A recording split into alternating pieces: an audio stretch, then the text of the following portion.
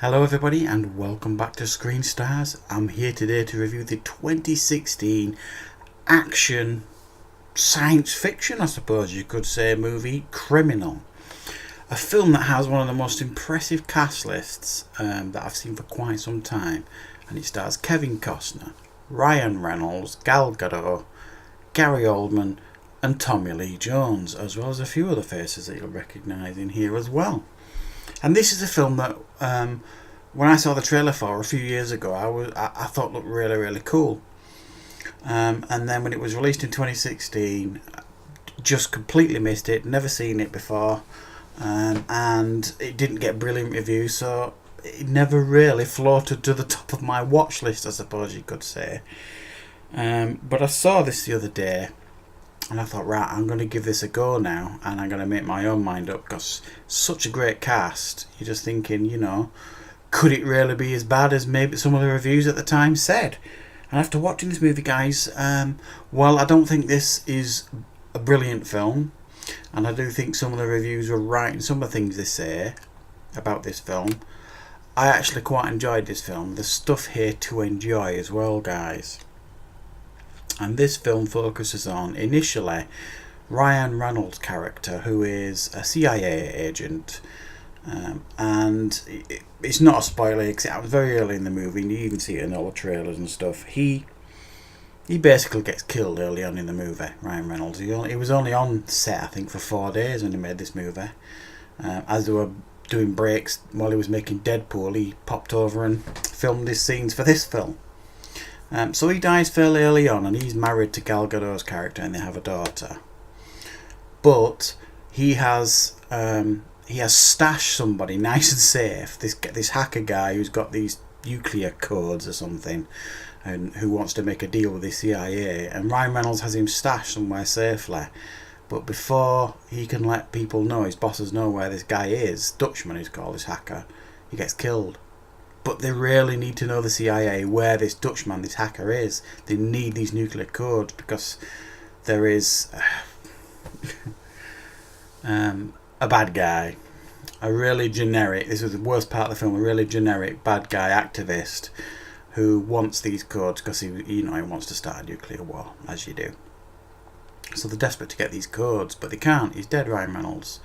So they activate an experimental medical procedure that Tommy Lee Jones has perfected, where they transfer the memories of one person into another person. And it's never been human trial before.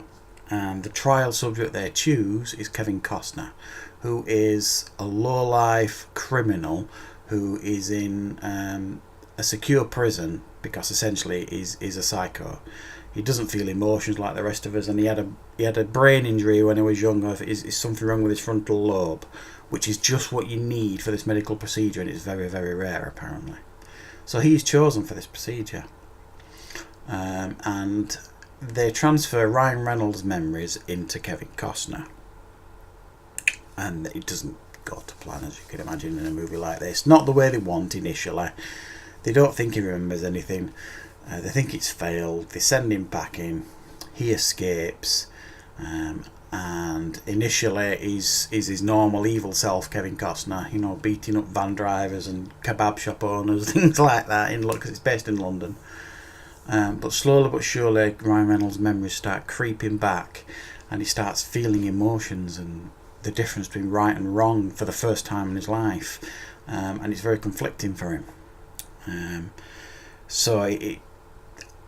That's your movie, basically. You've got Gary Oldman and his crew, who is from the CIA, chasing Kevin Costner's character to try and get him to activate these Ryan Reynolds' memories so they can get these nuclear codes. You've got these activist guy, this terrorist, chasing Kevin Costner for the same thing, and so on and so forth. So there you go. That's your plot of your movie, basically. And I have to say, guys, yeah, I thought this film was alright. I thought it was enjoyable, watchable. Everybody's good in the movie. Some of the characters are criminally underused. Gary Oldman and Tommy Lee Jones, primarily. Ryan Reynolds, you can't, even though it's nothing more than a cameo, you kind of get that he's in the movie to do what he does. But he's fine when he's in the movie. Kevin Costner is having a wonderful time, you can tell, playing this guy Jericho. Initially he's just nasty evil, and then he has a quite interesting character act as the movie goes on, and Kevin Costner plays the part very, very well. And Gal Gadot is the surprise here for me. She does a really, really nice performance, and there's some really lovely. There's a couple of scenes that she has with Kevin Costner that are a delight, really. You know, there's quite subtle and emotional scenes where he's tapping into these feelings and memories in front of Gal Gadot. You know, and he knows that Ryan Reynolds loved her deeply, but he can't express it. It's nice, anyway. Some nice scenes there. But like I say, Tommy Lee Jones and Gary Oldman are really just picking up a check here. They're not bad in the performance. Gary Oldman's a bit shouty, but the very small parts, I would suggest. Nothing special. The standouts really are Kevin Costner and Gal Gadot in this movie. And Scott Atkins makes an appearance as well as one of the CIA guys. Now, one of the main issues with this film that a lot of people will have is the pacing. Now, after a strong opening, and I do think it was a very strong opening, the second act kind of falls off a cliff. Its pacing, big time, almost to the point where it takes you out of the movie. And then the final act kind of picks it up a bit, but it never goes into full action mode. And I was hoping that once he got all these memories and stuff of Ryan Reynolds' character in his mind, because he could speak new languages now, he knows all these codes and stuff, that he was going to trigger some kind of super spy in him, because he was a very dangerous guy anyway, before he had these memories transferred over. And while he is certainly capable, as you see in the movie when you watch it, it never really triggers this like full-on action mode, if you like.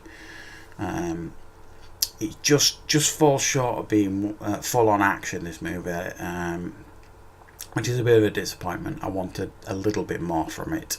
So there's pacing issues with the movie.